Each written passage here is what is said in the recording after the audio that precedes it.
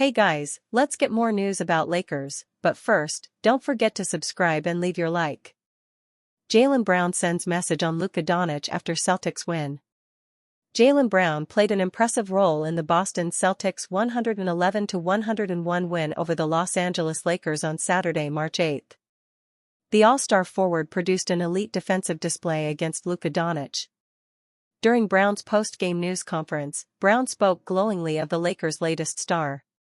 He admitted that he spends a lot of time watching Doncic's film, which likely helped him produce a good defensive showing.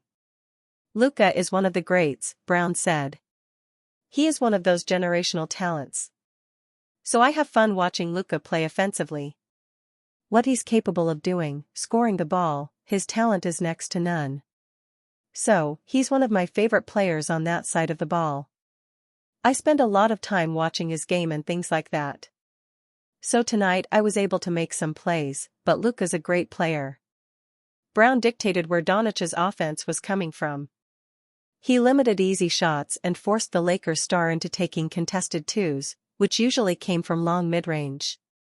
However, Brown's impressive work didn't directly translate to the box score. Doncic ended the night with 34 points, 8 rebounds, and 3 assists on 50% shooting from the floor. Nevertheless, those that watched the game will understand the level of Brown's defense and how it gave Doncic problems throughout the night. Celtics Joe Mazzulla praises Brown's defense. After the Celtics win, head coach Joe Mazzulla took some time to praise the level of defense Brown produced. The mental and physical toughness that it takes to do what Jaylen's able to do, and like he did it tonight, Mazzulla said. I think it sets a tone for your team, and then those guys take on that challenge, and JB, thrives taking on that challenge. Not only did Brown play well on defense, he ended the night with 31 points, 6 rebounds, 3 steals and 2 assists. He also shot 52% from the floor and went 3 of 6 from deep. Celtics Al Horford also impressed versus Lakers. Brown wasn't the only Celtics player to produce on the defensive end. The Lakers came into their contest against Boston with the idea of forcing Al Horford to guard in space. They hunted the veteran big man on multiple possessions. However, Horford rolled back the years to have a strong two-way performance.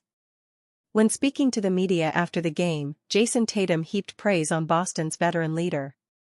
Al is one of a kind, Tatum said. He's the anchor of our defense. The heart and soul of our team.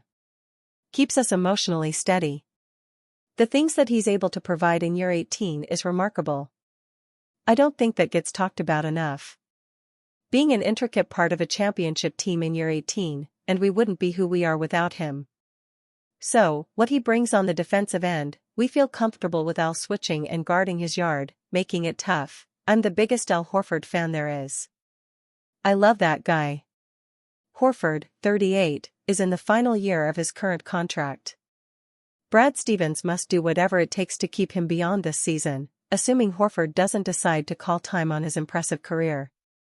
When will Lakers' Rui Hachimura, Jackson Hayes return from their injuries? The Los Angeles Lakers are dealing with a list of injuries to some of their key players as they go down this stretch of the season, and many are looking for updates. Rui Hachimura suffered a knee injury at the end of February during the third quarter of their game against the Minnesota Timberwolves. He went to the locker room after going up for a dunk and came down awkwardly. So far, Hachimura has missed 5 straight games, and head coach J.J. Redick offered an update on his status via ESPN's Dave McMenamin.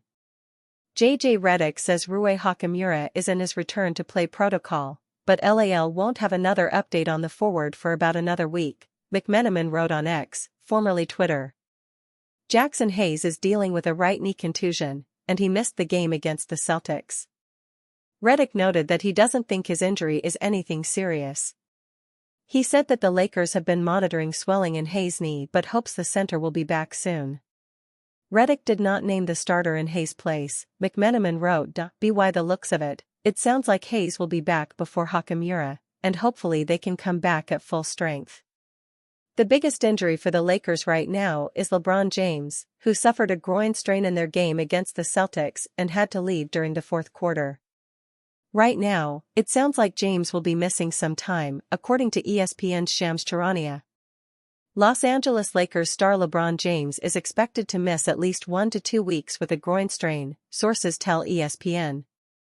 James will wait for the groin injury to calm down over the next 24 hours and receive another evaluation, Charania wrote on X. With the numerous injuries to the team, it will be up to Luka Doncic to carry most of the load. Anthony Davis makes revelation about LeBron James' proposal following trade. The career of former Los Angeles Lakers superstar Anthony Davis will forever be defined by two monumental trades, the one that sent him to LA to team up with LeBron James, and the one that landed him in Dallas 6 years later, breaking the championship-winning duo apart.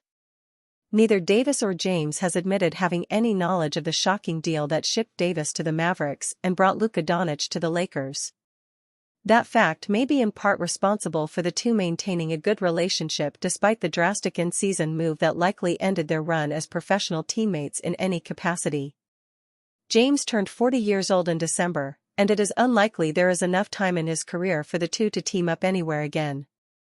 However, gestures from James toward his younger counterpart early in their time together set the table for a working relationship that ended after 2 trips to the Western Conference Finals and 1 NBA title. Davis explained the circumstances of James offering him his number 23 jersey during a February interview with Mavs TV.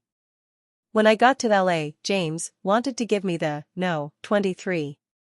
But I was like, I don't want to take your number," Davis said, per video shared by Nicole Ganglani on X. Then, that second year, he went to, 6 and he asked me if I wanted, 23. And I was like, I actually want to stay with, 3. I want to go back to where it all started. Anthony Davis. Mavericks have had bad luck since trade.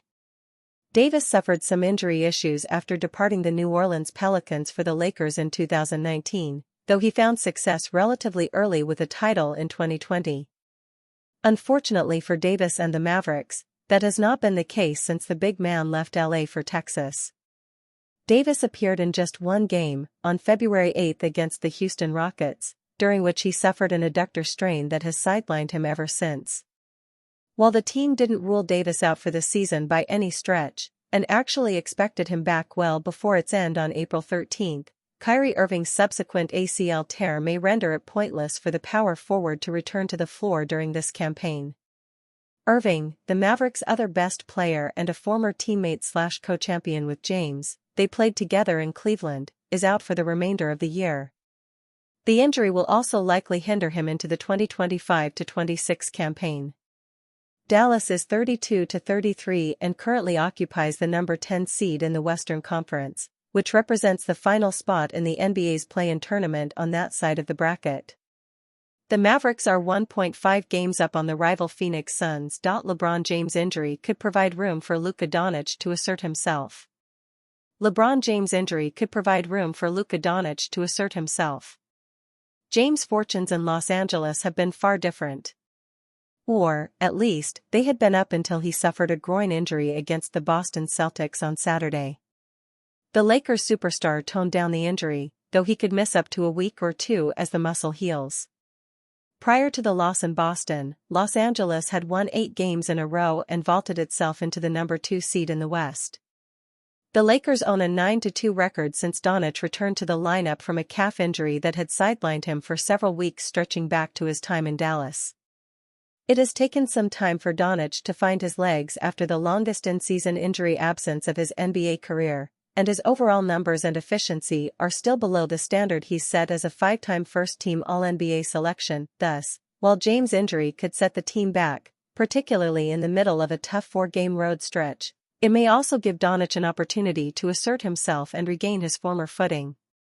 That could prove as a silver lining if James can come back healthy, and the superstar duo finish the year strong together and enter the playoffs with fresh legs. And are you a fan? What do you think of the Anthony Davies situation? Leave your opinion in the comments.